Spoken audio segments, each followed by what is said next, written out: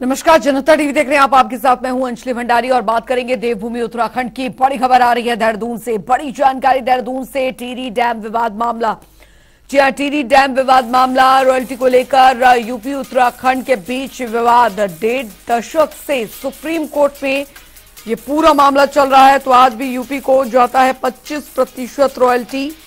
अब out of court भी मामले के हल की तैयारी की जा रही है। सीएम योगी और सीएम धामी के बीच जल्द मीटिंग संभव मानी जा रही है। इस वक्त ये बड़ी खबर आपको बता रहे हैं। तो टिहरी डैम विवाद मामला और इस पूरे मामले को लेकर, रॉयल्टी को लेकर यूपी यूके के बीच ये विवाद जो है वो काफी समय से चला आ रहा है। 1.5 दशक से सुप्रीम कोर्ट में मामला चल रहा है। तो आज भी यूपी को 25% जो रॉयल्टी है वो जाता है। अब आउट ऑफ कोर्ट भी मामले के हल की तैयारी जो की जा रही है और इस बाबत सीएम योगी और सीएम पुष्कर सिंह धामी के बीच जल्द मीटिंग होने जा रही है। आगे बढ़ेंगे, एक और बड़ी खबर की ओर रुख करेंगे। बड़ी जानकारी आ रही है वो आपको बता दें। बागेश्वर उपचुनाव को लेकर सरगर्मियां तेज। जी हां, बागेश्वर उपचुनाव को लेकर सरगर्मियां तेज हो गई हैं। स्टेट पार्लियामेंट्री बोर्ड की बैठक हुई है। बड़ी जानकारी, बीजेपी जल्द घोषित कर सकती है प्रत्याशी। तो बागेश्वर उपचुनाव को लेकर सरगर्मियां काफी तेज हो गई हैं। स्टेट पार्लियामेंट्री बोर्ड की यह बैठक हुई है जिसमें बीजेपी जल्द अपना प्रत्याशी घोषित कर सकती है। बागेश्वर उपचुनाव को लेकर सरगर्मियां तेज। स्टेट पार्लियामेंट्री बोर्ड की बैठक हुई है। ये इस वक्त की बड़ी खबर आपको बता दें। बीजेपी जल्द घोषित कर सकती है प्रत्याशी। यशराज आनंद संवाददाता हमारे साथ जुड़ गए हैं ज्यादा जानकारी के साथ। यशराज, बागेश्वर उपचुनाव को लेकर सरगर्मियां तेज हो गई हैं। जी अंजलि, बिल्कुल मैं बताना चाह रहा हूं कि बागेश्वर उपचुनाव को लेकर के सरगर्मियां राज्य में तेज हो चुकी है। क्योंकि बागेश्वर उपचुनाव को लेकर लगातार भाजपा और कांग्रेस की नजर इस पर गड़ी हुई है। क्योंकि बागेश्वर उपचुनाव से जरूर कहीं ना कहीं एक लोकसभा के भी चुनाव का कहीं ना कहीं एक तार जुड़ा हुआ नजर आता है। क्योंकि बागेश्वर सीट जीतने के बाद से फिर से पार्टी, यदि भाजपा बागेश्वर उपचुनाव जीतती है तो फिर से भाजपा में नई जान फूंक जाएगी। तो इसी को देखते हुए लगातार बागेश्वर उपचुनाव को देखते हुए लगातार बीजेपी और कांग्रेस ने तैयारियां शुरू कर दी है। इसी तैयारियों को देखते हुए पार्टी के द्वारा लगातार नाम का भी विश्लेषण किया जा रहा है कि किसको प्रत्याशी के रूप में उतारा जाना चाहिए, किसको उम्मीदवार वहां पर बनाया जाना चाहिए। तो वही कांग्रेस भी लगातार उस पर जोर तोड़ कर रही है और कांग्रेस का स्पष्ट रूप से कहना है कि बागेश्वर उपचुनाव में भाजपा के पास कोई मजबूत कैंडिडेट नहीं है, कोई मजबूत प्रत्याशी नहीं है। इसलिए कांग्रेस तो हर हाल में बागेश्वर उपचुनाव ही जीतेगी।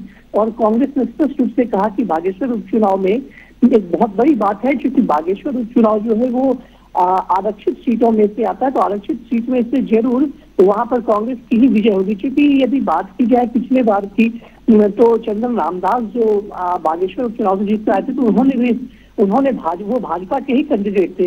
लेकिन बीच में ही उनकी निधन हो गई, उसके कारण से ये सीट खाली हो गया। तो यही देखते हुए लगातार भाजपा और कांग्रेस इस पर जोर तोड़ कर रही है और जरूर दोनों पार्टी जीत का दावा करे। देखना ये है कि भविष्य में जब ये चुनाव हो जाता है तो किस पार्टी को जीत मिलती है। बिल्कुल, प्रत्याशी को लेकर भी जल्द ऐलान हो सकता है क्योंकि बीजेपी स्टेट पार्लियामेंट्री जो बोर्ड की बैठक है वो भी हुई है। जी बिल्कुल, बीजेपी स्टेट पार्लियामेंट्री की बैठक हुई है बिल्कुल उसी को लेकर कि उसमें जल्द ही प्रत्याशियों के विषय में बताया जाएगा। क्योंकि अभी तक प्रत्याशी कौन है इसके विषय में नहीं बताया गया है कि वो प्रत्याशी कौन होंगे, लेकिन बहुत ही जल्द इस पर से पर्दा बीजेपी उठा देगी। जी चलिए, बहुत बहुत शुक्रिया यशराज आनंद इस तमाम जानकारी के लिए। तो बीजेपी जल्द अपना प्रत्याशी घोषित कर सकती है। बीजेपी स्टेट पार्लियामेंट्री बोर्ड की बैठक हुई है। ये बड़ी खबर आपको बता रहे हैं बागेश्वर उपचुनाव को लेकर। और बीजेपी अपने प्रत्याशी जल्द ही घोषित कर सकते हैं। उधर कांग्रेस की तरफ से भी जल्द प्रत्याशी घोषित किया जा सकता है।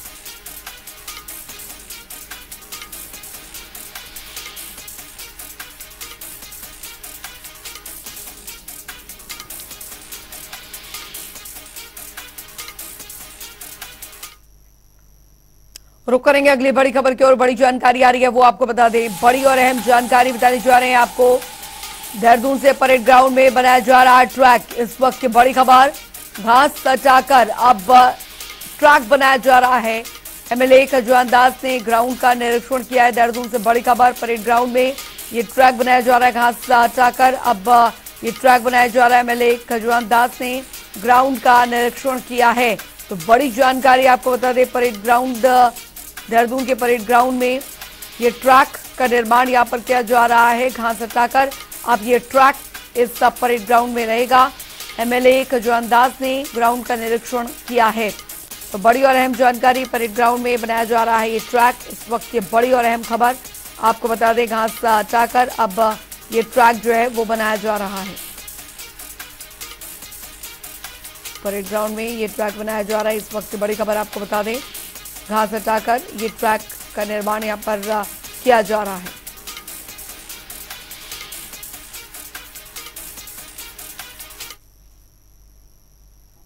रुक करेंगे अगली बड़ी खबर की और बड़ी जानकारी आ रही है वो आपको बता दें। बड़ी और अहम जानकारी बता रहे हैं आपको, नैनीताल जिले में बंद रहेंगे स्कूल। जी हां, बड़ी खबर, नैनीताल जिले में स्कूल बंद रहेंगे। 12 अगस्त को सभी स्कूल बंद रहेंगे। खराब मौसम की वजह से ये फैसला लिया गया है। बड़ी और अहम जानकारी आपको दे रहे हैं।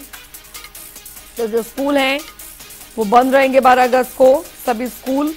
जानकारी आपको दे दें, खराब मौसम बड़ी वजह इसकी बताई जा रही है। नैनीताल जिले में स्कूल बंद रहेंगे।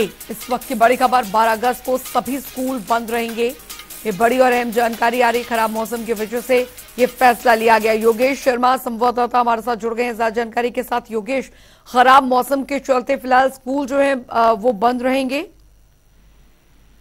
देखिए, जिस तरह से मौसम विभाग ने 14 तारीख तक अलर्ट जारी किया है और उसको देखते हुए जिलाधिकारी वंदना सिंह ने आज 12 अगस्त को जिले के सभी स्कूलों में छुट्टी की है। हालांकि बारिश बहुत तेज अभी नहीं हो रही है, रुक रुक से बारिश हो रही है, लेकिन खतरे की स्थिति को देखते हुए और पहाड़ों में कई जगह जो मलबा गिरता है और दूसरी जो दिक्कतें होती हैं उसको देखते हुए आज सभी स्कूलों में छुट्टी की गई है। रास्ते भी काफी ज्यादा अवरुद्ध यहाँ पर होते दिख रहे हैं, जगह जगह लैंडस्लाइड हो रही है। उसको लेकर प्रशासन कितना अलर्ट बना हुआ है, क्योंकि मौसम खराब होने की वजह से, लगातार बारिश होने की वजह से ये स्थिति बनी हुई है। देखिए, जिस तरह से लगातार पहाड़ों में बारिश हो रही है उस वजह से कई जगह लैंडस्लाइड हो रहे हैं, नदियां पूरी तरह से अपने उफान पे हैं, लेकिन प्रशासन ने जेसीबी लगाकर लगातार सड़कों को खोलने का काम किया जा रहा है। कुछ सड़कें ऐसी हैं, चाहे वो भवाली छैला हाईवे हो या इसके अलावा हेड़ा खान वाली सड़क हो, जो कई जगह मलबा आने से बंद हो रही है, जिसमें सबसे ज्यादा दिक्कतें इस समय आ रही है।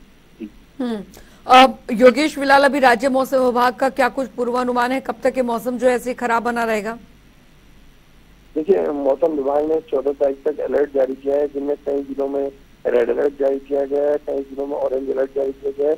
उसको देखते हुए मुख्यमंत्री पुष्कर सिंह धामी ने भी लोगों से अपील की है कि बेवजह पहाड़ों पर यात्रा न करें, बहुत जरूरी हो तभी अपनी यात्रा करें और मौसम विभाग के पूर्वानुमान को देखते हुए वो अपने पहाड़ों पर यात्रा करें, क्योंकि पहाड़ों में जो है मलबा गिरने की लगातार स्थिति आ रही है। किसी तरह का कोई खतरा ना हो, अपनी जान जोखिम में डालकर किसी तरह की यात्रा न करें, इस तरह की अपील की गई है। दूसरी तरफ पुलिस प्रशासन, SDRF, MDRF की टीमें भी पूरी तरह से अलर्ट है कि अगर किसी तरह की भी कोई सही से स्थिति सामने आती है तो तत्काल रेस्क्यू ऑपरेशन वहां पर चलाए जाए।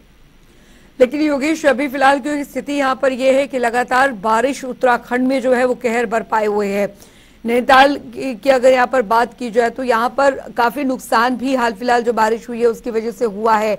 उसको लेकर प्रशासन द्वारा क्या कुछ जो पीड़ितों को हैं, जिनके घर में काफी नुकसान हुआ है, उनके लिए क्या कुछ मदद मुहैया करवाई जा रही है? देखिए, 8 अगस्त को जो 350 mm की बारिश हुई उसने नैनीताल जिले में सबसे ज्यादा नुकसान किया है।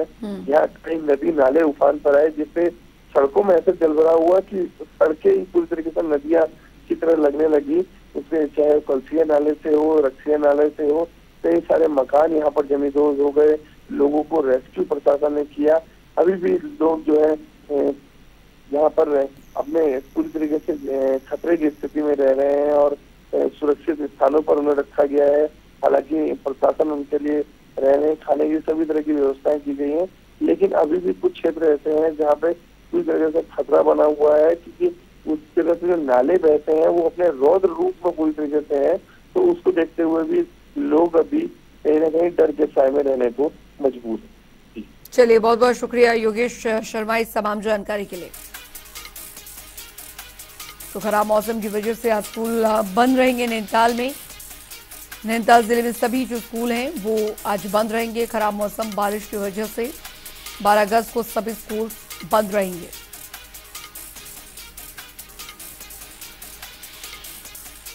तो बड़ी और अहम जानकारी, क्योंकि लगातार मौसम खराब बना हुआ है, लैंडस्लाइड हो रही है, रास्ते बंद हैं। ऐसे में अब प्रशासन द्वारा एक बड़ा फैसला यहां पर लिया गया है। जानकारी आ रही है वो आपको बता दें।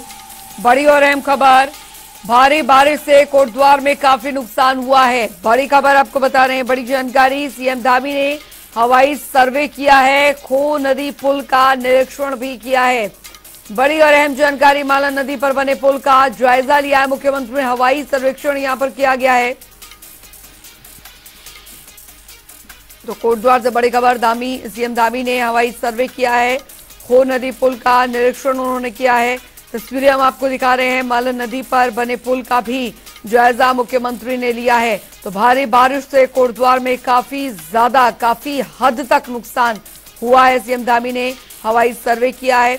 आपको तस्वीरें हम दिखा रहे हैं। काफी पानी में जो नदी में बहाव तेज हो गया है। मालन नदी पर बने पुल का भी जायजा जो है मुख्यमंत्री ने हवाई सर्वे के दौरान लिया। भारी बारिश हो रही है उत्तराखंड में और हालात काफी ज्यादा खराब बने हुए हैं। कोटद्वार में जाकर जहां भी अतिवृष्टि के कारण, बारिश के कारण से जो नुकसान हुआ है, पानी का बहाव कई जगह पर रुक जाने के कारण से भी काफ़ी क्षति हुई है। पुलों की क्षति हुई है, सड़कों की क्षति हुई है, घरों की क्षति हुई है। सभी जगह जाकर देखा है और स्थानीय जो प्रशासन वहाँ पर काम पर लगा है, सभी लोग लगे हैं। अभी हमारा पहला प्राथमिकता है कि जनजीवन को सामान्य किया जाए और वहाँ पर जो अप्रोच रोड, पुल इत्यादि ध्वस्त हो गए हैं, उन सभी को फिर से जोड़ा जाए और जो आपदा प्रभावित लोग हैं उनको हर संभव सहायता की जाए। इसके लिए पूरे प्रशासन को निर्देश दिए गए हैं। और रुक करेंगे इस बीच आ रही एक बड़ी खबर की और बड़ी जानकारी आ रही है। मौसम से जुड़ी हुई बड़ी खबर आपको बता रहे हैं। प्रदेश में 6 जिलों में बारिश का रेड अलर्ट जारी कर दिया गया है। तो 12 से 14 अगस्त तक के लिए रेड अलर्ट जारी किया गया है। इस वक्त की बड़ी खबर, टिहरी, पौड़ी और नैनीताल में रेड अलर्ट जारी किया गया है। बड़ी और अहम जानकारी आपको दे रहे हैं, उधम सिंह नगर, चंपावत के लिए भी अलर्ट जारी। प्रदेश में 6 जिलों में बारिश का रेड अलर्ट जारी किया गया है। 12 से 14 अगस्त तक रेड अलर्ट भारी बारिश का जारी किया गया है। टिहरी, पौड़ी और नैनीताल में खासकर रेड अलर्ट जारी किया गया। उधम सिंह नगर, चंपावत के लिए भी रेड अलर्ट जारी किया गया है। बड़ी खबर आपको यहां पर बता रहे हैं, प्रदेश में 6 जिलों में बारिश का रेड अलर्ट जारी किया गया है। और चलिए अब रुक करेंगे 2 मिनट में 10 बड़ी खबरों की ओर फटाफट अंदाज में। प्रदेश के सरकारी खजाने पर सीएम धामी सख्त, 1 से अधिक का चार्ज वाले अधिकारी नहीं कर सकेंगे 1 से अधिक वाहन का इस्तेमाल। सीएम धामी बोले, सरकारी खर्चे का सही से हो वहन। कांग्रेस विधायक तिलकराज बेहड़ ने सरकार पर साधा निशाना। सरकार की कार्यप्रणाली पर उठाए सवाल, कहा निकाय चुनाव को टालना चाहती है बीजेपी। देहरादून में जैविक खेती और बागवानी को लेकर किसानों की बैठक, सैकड़ों किसानों ने लिया भाग। बैठक में कृषि मंत्री गणेश जोशी रहे मौजूद। रोटरी क्लब और उसकी अपर गंगा ने गंगा को साफ करने का चलाया अभियान। भारतीय सेना के IBX ब्रिगेड के आर्टिलरी रेजिमेंट के सहयोग से शुरू हुआ अभियान। आजादी के अमृत महोत्सव के तहत किया गया कार्यक्रम। हल्द्वानी में कांग्रेस का सरकार के खिलाफ प्रदर्शन, कार्यकर्ताओं ने जमकर लगाए नारे। कांग्रेस नेता अधीर रंजन का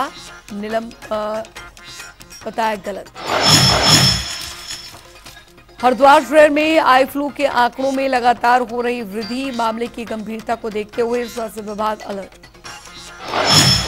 बागेश्वर में नशा तस्करों की धरपकड़ को लेकर एक्शन में पुलिस। करीब 2 किलो 930 ग्राम चरस के साथ पुलिस ने 2 ग्रामीणों को किया गिरफ्तार। ऑनलाइन लेन देन के आंकड़ों के आधार पर होगी कार्रवाई। नैनीताल हाईकोर्ट ने सड़क किनारे से अतिक्रमण तोड़ने के दिए निर्देश। पीडब्ल्यूडी विभाग ने भीमताल और नैनीताल रोड पर बसे 250 से अधिक मकानों और दुकानों को भेजा नोटिस। देहरादून में जल जीवन मिशन पर मंडराया संकट। वन भूमि पर काम को लेकर वन विभाग कर रहा देरी। बीजेपी का बयान, जल्द होगा योजनाओं पर काम। रुद्रप्रयाग के प्राथमिक स्कूल में लटका ताला, ग्रामीणों में रोष का माहौल।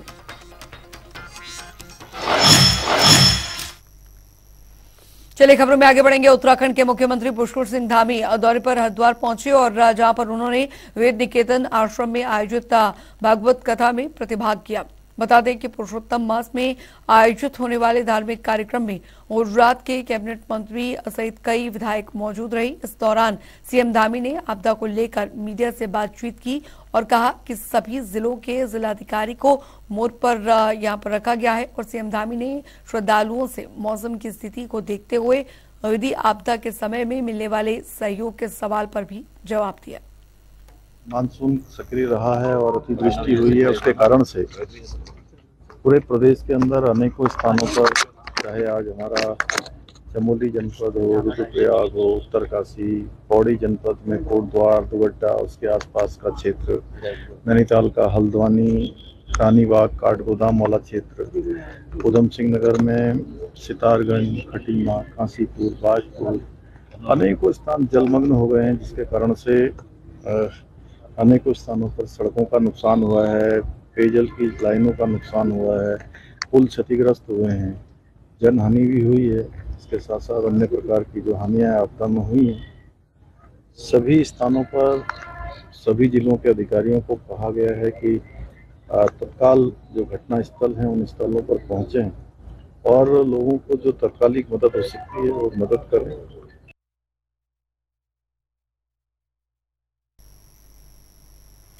उधर पक्ष विपक्ष में एक दूसरे पर तंज कसने का सिलसिला लगातार जारी है। इसी कड़ी में पूर्व कैबिनेट मंत्री और राकेश्वर से कांग्रेस विधायक तिलक राज बेहड़ ने राज्य सरकार की कार्यप्रणाली पर सवाल उठाए हैं। उन्होंने आरोप लगाते हुए कहा कि राज्य सरकार लोकसभा चुनाव से पहले कोऑपरेटिव और निकाय चुनाव को टालना चाहती है। उसे डर है कि इसमें उसकी हार की वजह से लोकसभा चुनाव प्रभावित होगा और इसके साथ ही उन्होंने कहा कि वर्तमान में भाजपा का जनाधार घट रहा है। कांग्रेस लगातार तय समय पर निकाय और कोऑपरेटिव चुनाव करने की मांग कर रही है। देखिए, पार्टी हमारी बिल्कुल तैयार है, हमारा कार्यकर्ता तैयार है, संगठन तैयार है। अब सरकार चुनाव नहीं कराना चाहती। सरकार को लोकसभा चुनाव से पहले डर लग रहा है कि अगर लोकसभा के चुनाव से अगर पहले करा देंगे तो पार्टी के अंदर गुटबाजी होगी, उसका नुकसान होगा। तो डर रही है लोकसभा चुनाव से, क्योंकि बीजेपी का जनाधार धीरे धीरे घट रहा है, तो इसलिए वो इन चुनावों को टालना चाहती है। मैं आपके माध्यम से मांग करता हूं कि सरकार को ये चुनाव समय से कराने चाहिए, नहीं तो लोग न्यायालय जाएंगे, लोगों को हाईकोर्ट जाना पड़ेगा।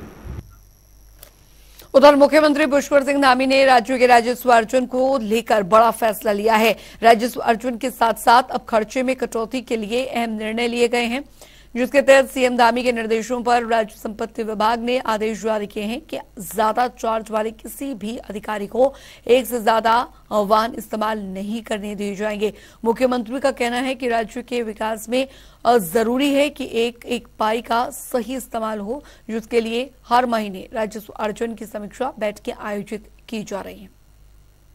देखिए, लगातार कल भी हमने जो राजस्व प्राप्ति है और उसके विभिन्न विभागों से जो हमको आय होती है उसको लेकर हर महीने में हम एक बैठक कर रहे हैं और अभी तक जो हमने लक्ष्य रखा गया है पूरे साल भर का, उसका 4 महीने में 1/4 जो आय है वो हमको प्राप्त हुई, राजस्व की प्राप्ति हुई है। लेकिन इसके साथ साथ ये भी जरूरी है, जहां हम आय के बहुत सारे साधन बढ़ाने का लगातार प्रयास कर रहे हैं, लगातार सभी से अनुरोध भी कर रहे हैं, वहीं इस दिशा में चूँकि अनावश्यक रूप से जो फिजूल खर्ची है वो चाहे जिस रूप में भी है लंबे समय से चली आ रही है, उन सभी को रोकना भी चूँकि हमारे राज्य के लिए बहुत ज़रूरी है। हमारा नवोदित राज्य है और बहुत सारे विकास के अभी हमको रास्ते तय करने हैं, लंबा सफर तय करना है। उधर राजधानी देहरादून में जैविक खेती और साथ ही सेब की अति सघन बागवानी को लेकर कृषक गोष्ठी का आयोजन किया गया, जिसमें कि प्रदेश भर के सैकड़ों किसानों ने भाग लिया। आपको बता दें कि कृषक गोष्ठी में किसानों को फसल उत्पादकता बढ़ाने के लिए मौसम आधारित प्रबंधन के बारे में जानकारी दी गई। तो वहीं किसानों ने भी कृषि मंत्री गणेश जोशी के समक्ष अपनी समस्याएं और सुझाव भी रखे। कृषि मंत्री ने जानकारी देते हुए बताया कि सरकार जल्द ही किसानों के लिए एक नई पॉलिसी लाने जा रही है। गोष्ठी में मिले सुझाव को लेकर सरकार नई पॉलिसी लागू करेगी, जिससे कि किसानों को खेती करने में काफी सहूलियत मिलेगी। सी ग्रेड का जो दाम है हम पहले बढ़ा चुके थे, हिमाचल ने अब बढ़ाया है, लेकिन हम उसकी पूरी कटौती करने के लिए हम प्रोसेसिंग के क्षेत्र में जा रहे हैं, क्योंकि आज हमारे यहाँ प्रोसेसिंग प्लांट इतने नहीं है। मैंने अपने दोनों अधिकारियों से कहा है, सेक्रेटरी साहब से और डीजी साहब से, जब तक हम फूड प्रोसेसिंग में नहीं जाएंगे तब तक हम उस मुकाम पर नहीं पहुंच सकते हैं। अभी हमने कई बाहर के लोगों से बातचीत की है। उदाहरण के लिए मैं आपको बता रहा हूँ, पंजाब के अंदर और हरियाणा के अंदर किलो बहुत होता है, वो 5 रुपए 6 रुपए किलो वहां पर बिकता है, फेंक भी देते हैं। वहां के लोगों ने एक प्रयोग किया, उन्होंने उस सस्ते फल को लिया और उसकी ब्रिक बनाई। और वो करेंगे, इस बीच आ रही एक बड़ी और अहम जानकारी आ रही है, वो आपको बता दें। बड़ी खबर, सड़क खोलते समय मलबे में दबी गाड़ी। इस वक्त की बड़ी और अहम जानकारी आपको बता रहे हैं। तो गाड़ी बेहद बुरी तरह क्षतिग्रस्त हुई है। गाड़ी में सवार 5 लोगों के शव बरामद हुए हैं। तो सड़क खोलते समय मलबे में दबी गाड़ी, ये इस वक्त की बड़ी खबर। मलबे में गाड़ी दब गई, ये इस वक्त की बड़ी और अहम जानकारी आ रही है। गाड़ी में सवार 5 लोगों के शव बरामद हुए हैं। रुद्रप्रयाग से बड़ी खबर, सड़क खोलते समय मलबे में दबी गाड़ी। तो गाड़ी बेहद बुरी तरह से क्षतिग्रस्त हुई है। रुद्रप्रयाग से बड़ी खबर, गाड़ी में सवार 5 लोगों के शव मिले हैं। सड़क खोलते समय यह हादसा हुआ है। मलबे में गाड़ी दब गई, गाड़ी बेहद बुरी तरह से क्षतिग्रस्त हुई है। गाड़ी में सवार 5 लोगों के शव मिले हैं। चलिए, इसी के साथ देवभूमि उत्तराखंड की खबरों में अभी के लिए फिलहाल इतना ही। आप बने रहिए जनता टीवी के साथ। नमस्कार।